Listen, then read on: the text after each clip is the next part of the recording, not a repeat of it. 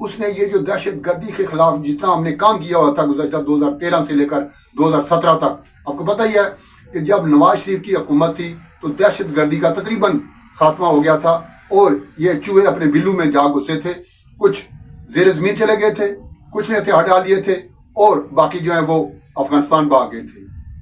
لیکن 2018 میں جب ایک نیا تجربہ کیا گیا، اسی اسٹیبلشمنٹ کی جانب سے ہی کیا گیا تھا یہ تجربہ، وہ تجربہ کتنا ناکام ہوا اس کے ثمرات آج تک ہمارے سامنے، اور اس کا قوم پوری خمیازہ بھگت رہی ہے۔ دوبارہ طالبان نے سر اٹھایا، اپنے آپ کو منظم کیا، پاکستان کی حدود میں داخل ہوئے، اور آج دما چوکڑی مچائی ہوئی ہے پاکستان کے طول و عرض میں، خاص طور پر خیبر پختونخوا میں اور بلوچستان میں۔ یہاں پہ مصدق ملک اور خواجہ آصف کے جو بیانات ہیں ان سے ایک روشنی ملتی ہے، اگلی لائن ملتی ہے کہ سلامتی کمیٹی کے اجلاس میں دراصل ہوا کیا ہے، اتفاق کس بات پہ ہوا ہے، اور آگے ہونے کیا جا رہا ہے۔ مصدق ملک نے کہا کہ دہشت گردی کے خاتمے کے لیے ہمیں جس حد تک جانا پڑا ہم جائیں گے۔ آپریشن کا انہوں نے اندیا دیا کہ آپریشن ہوگا اور دشمن کے گھر تک جایا جائے گا۔ اب دشمن کا گھر کہاں ہے یہ آپ بھی سمجھتے ہیں، ہم بھی سمجھتے ہیں، اور مصدق ملک آپ کو پتہ ہے جو بولتے ہیں سوچ سمجھ کر ہی بولتے ہیں۔ یہاں پہ خواجہ آصف بھی، وہ بھی بولتے تو سوچ سمجھ کے ہی ہیں، لیکن جو لگی لپٹی بغیر وہ سنا دیتے ہیں اور صاف پیغام دے دیتے ہیں، قوم کو بھی پتہ چل جاتا ہے کہ وہ کہنا کیا چاہ رہے ہیں اور ہونے کیا جا رہا ہے، اور وہ جو دشمن جن کے بارے میں انہوں نے وہ کہتے ہیں ان تک بھی ان کا پیغام پہنچ جاتا ہے۔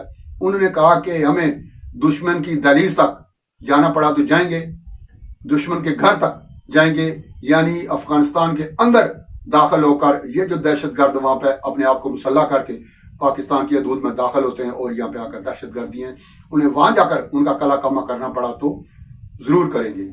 یہ تو تھا سارا لب لباب اس سلامتی کمیٹی کے اجلاس کا جو گزشتہ روز اسپیکر قومی اسمبلی ایاز صادق کی صدارت میں اسلام آباد میں ہوئی۔ اور یہاں پہ جیسا کہ میں نے کہا تھا کہ ہم بطور فرد ملت اس میں کیا کردار ادا کر سکتے ہیں۔ ایک دہشت گردی ہے وہ ہے جس سے حکمران، ہمارے ادارے، ہماری مسلح افواج پوری چوکس سے، پوری تندہی سے نمٹ رہی ہیں، ان کا کلا کما کر رہی ہیں۔ ایک دہشت گردی نے جو ڈیجیٹل دہشت گردی ہے نا، اس نے سوشل میڈیا پر سر اٹھایا ہوا ہے۔ اس کا سر کچلنے کے لیے ہم کیا کردار ادا کر سکتے ہیں؟ خاص طور پر ہمارا جو ڈیجیٹل میڈیا ہے وہ کیا کردار ادا کر سکتا ہے؟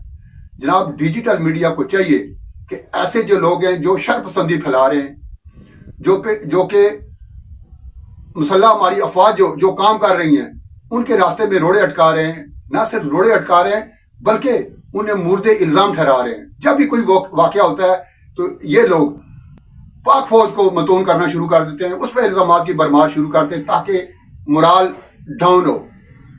ایسے لوگوں کو ڈیجیٹل میڈیا پر بٹھانے کی ضرورت نہیں ہے۔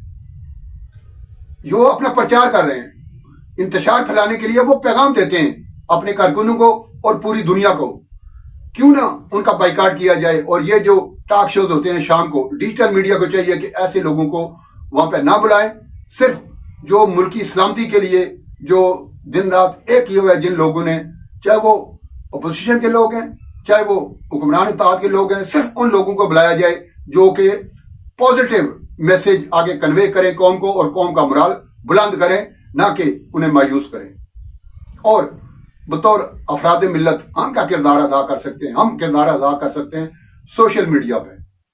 آپ کے ہاتھ میں موبائل ہے، آپ فیس بک یوز کرتے ہو، آپ یوٹیوب یوز کرتے ہو، آپ ٹک ٹاک دیکھتے ہو، آپ ٹویٹر، اس قسم کا جتنا جو مواد ہے، انسٹاگرام پر آپ کو میسج آتے ہیں، آپ ان کا بائیکاٹ کریں۔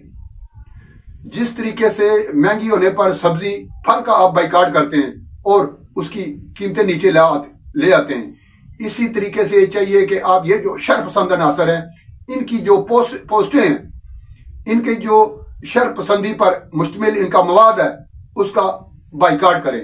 یہ جو آپ نیچے کومنٹ کرتے ہیں نا اور اپنی ناپسندگی کا اظہار کرتے ہیں یا انہیں روکنے کی کوشش کی ہے، ان کی حوصلہ افزائی ہوتی ہے. وہ سمجھتے ہیں کہ جو پیغام ہم نے پہنچانا تھا آپ تک وہ آپ تک پہنچ گیا ہے. چاہے آپ ان کو گالیوں کا جواب گالیوں میں دیں، نفرت کا جواب نفرت میں دیں، یہ اس طریقے سے ان کی حوصلہ افزائی ہوتی ہے. یہ طریقہ نہیں ہے کہ آپ کامنٹ کریں، پہلے ان کی پوری پوسٹ پڑھیں، جو وہ چاہتے ہیں آپ تک پیغام جو پہنچانا چاہتے ہیں وہ پہنچائیں، اس کے بعد آپ کو مشتعل کریں.